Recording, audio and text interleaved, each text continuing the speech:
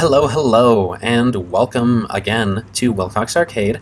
I am your host, Dustin Wilcox. I'm here, it's me, and today I'd like to talk to all the block puzzle fans out there. Yes, y'all Tetris players. This news is I'm actually a little tardy. It's about a month old, but I thought it was still worth discussing. It's actually a new Tetris game seen on Location Test, so that's pretty cool. It's a collaborative effort between Play Mechanics and ICE, and it was seen at the Walden Galleria Mall Dave & Buster's in Buffalo, New York last month, which at the time of this recording would be August 2019. The title is known as Tetris Dimensions, and it is a 1 or 2 player game with ambidextrous controls. That's pretty important. I'll note that again in a few minutes. And the gameplay is definitely Tetris at its most basic. You rotate and drop tetraminos, of course, to complete lines, and you clear lines to increase your score. You do get bonus points for cascades, clearing multiple lines at once. And it's structured as a race against the clock, which is pretty cool, as there's this constant incentive to earn more time by clearing gem lines, which you'll see in the footage. There are gems, I guess, embedded in the lines, and if you clear those, like I said, you get more time. Isn't that wonderful? As a brief note, before I dive into the meat of the game, I will say that I really appreciate the ambidextrous controls. How do I put this?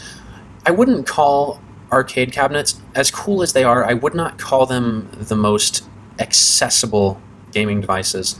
And I know that's kind of harsh, but when I say that, I mean it's very, very difficult to make them one size fits all. If it's an upright, it could be too tall. Even if it's a sit down, it could be too tall. And the controls may not work for everyone. That's something that's very tough to work with. And I think that with a joystick and button-based game, ambidextrous controls are always the best way to go. It's a really nice feature, and I'm glad they included it. But overall, it just looks like Tetris. I don't mean that necessarily in a bad way. I do wish there were more innovation. Granted, I haven't played it, haven't seen the whole game, so I don't know exactly how it plays out.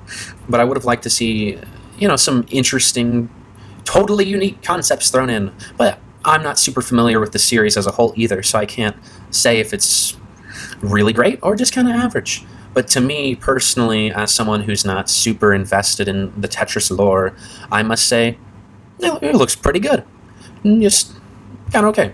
Now, do I wish Play Mechanics was making titles that were totally unique and interesting of their own? Yes, I do. I would rather them make a completely brand new IP than license Tetris and make another Tetris arcade game.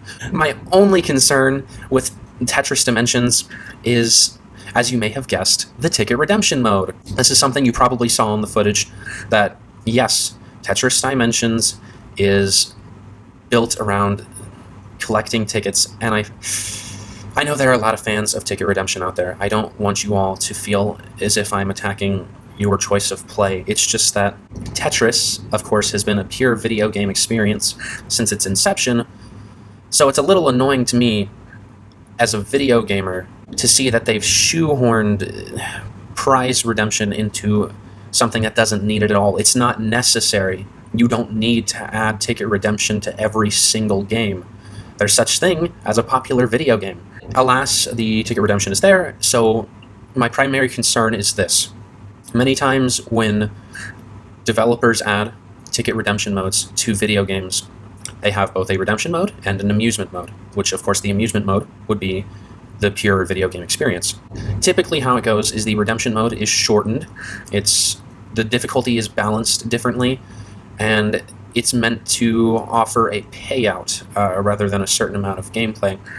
So the redemption modes can feel briefer, they can feel less involved, and that to me is unfortunate because I prefer my long-form video game experiences where the difficulty is balanced around my skill, not around payout, not around whether it's time for me to receive a certain amount of tickets or not. We don't know for sure how the ticket redemption functions in Tetris. It could just be a perfectly normal, balanced game, but your score determines how many tickets you receive, and we also don't know if there's an amusement mode or not. So while it is my strong, unwavering preference that there be no ticket redemption mode whatsoever, I really hope, if there is, that it is reasonable and that there's an amusement mode offered. The main problem with having an optional ticket redemption mode is that it's not an option to the player. The operator decides whether you play the ticket mode with a payout or whether you play the video game mode.